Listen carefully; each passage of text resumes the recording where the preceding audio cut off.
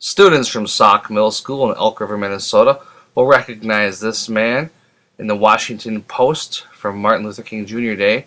It's John McCaskill. We know him as Coach.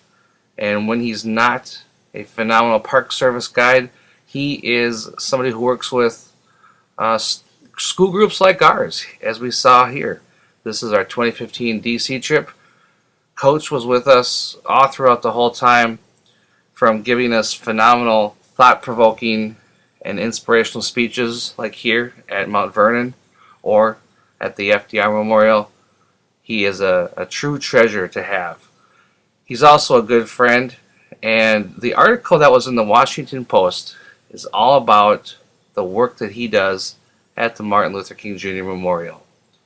And so we've been lucky enough to hear him. If you read the article, it'll sound familiar from the experience that we had with him just this past summer. Take a listen. Working here, seeing individuals of the civil rights movement coming through this mountain of despair. Dick Gregory was a civil rights icon. And I remember when he came through here, and I'm like, man, that's Dick. I mean, the guy next to me, I didn't know who it was. I was like, man, that's Dick Gregory. That's Dick Gregory. Do I go over to him? Do I stay with him? What do I do? He came over to me. He says, hey, son, how's it going? How's the family? You doing all right? Thank you for being here. You thanking me? No, sir. Because if it weren't for you, I wouldn't even be here. Dr. Dorothy Cotton, she was on Doc's SCLC staff. She came through, I'm like, I know you!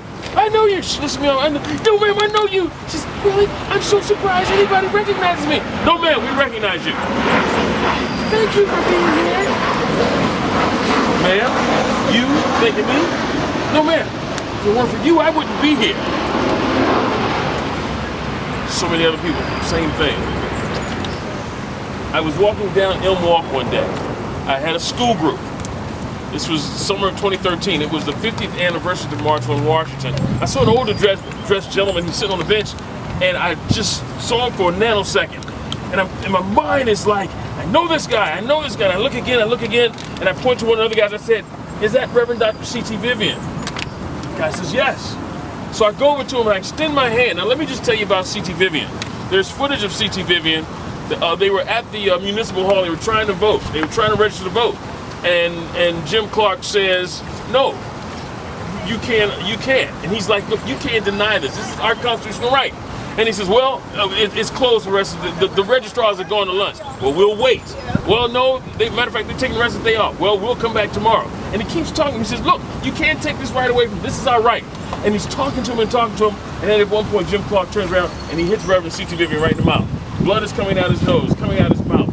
This is what he says on camera. He says, we are willing to be beaten for democracy. Same guy. You can't keep anyone in the United States from voting without hurting the rights of all other citizens. Democracy's built on this. This is why every man has the right to vote, regardless. Is what I'm saying true? Yes! Is it what you think and what you believe? Yes! Move back.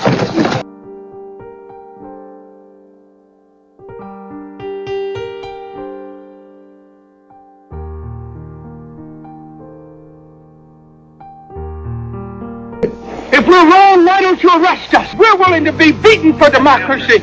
You beat people bloody in order that they will not have the privilege to vote.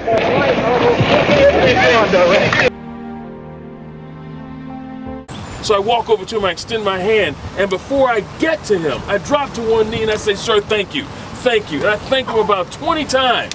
I had forgotten I had a school group out.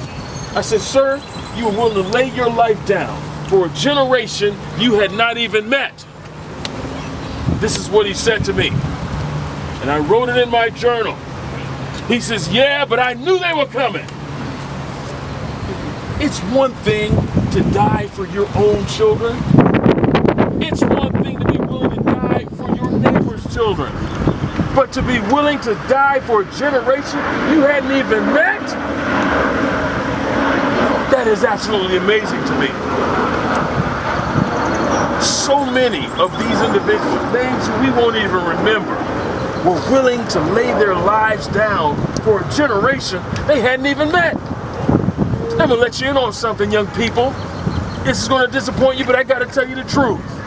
The clothes that you're wearing, somebody had to sacrifice for them. How many of you guys paid for this trip? No, not your parents' money, your money. So some of you did put some money towards this. I think that's right. Most of you guys do. You have a greater value because you paid for it. The food that just magically appears on the table every day when you go home to dinner, guess what? Somebody had to sacrifice for it. How many of you young men one day want to get married and be husbands and have children? Raise your hand. Yeah, well guess what? You know what it means? It means you have to go to work on days you don't feel like it. Welcome to adulthood. Ladies, how many of you want to get married, be wives, and have children one day? Yeah, you know what it means? It means, yeah, I know you wanted to buy those accessories, but your child may need something more important. Hey, welcome to adulthood. Sacrifice is a part of being mature. It's a part of being an adult. And the great ones do it. What you're doing, your life, it's not all about you. It's about those who will come in contact. It's about those who are coming after you, young people. So just remember, sacrifice. Thousands of people sacrifice for us to get to this place. So what do we do with it? What are we going to do from this point on? Because we have to honor that sacrifice. We can't just drop the ball. You better be in it to win it. You better be in it to win it. Because too much blood has been spilled in the sand for you to be able to have a better life. And that's how it works.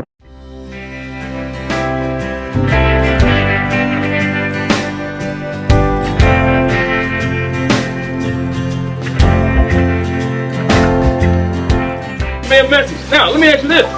Why in stone? Why can't we spray paint them? Why can't we just use finger paint? Why? Stone is permanent. Stone is permanent. So here we go. Words written in stone convey a message generation after generation after generation. If we're still here, if this thing is still here 200 years from now, people will be able to come and say, wow, that's what he said. It gives me hope. It inspires me. Oh, these are some great things he did. But here's my greater question, young people. What will you be doing the next 15, 20, 25 years that will merit being written in stone? You! What will you be doing? It is not too early for you to start to think about your impact.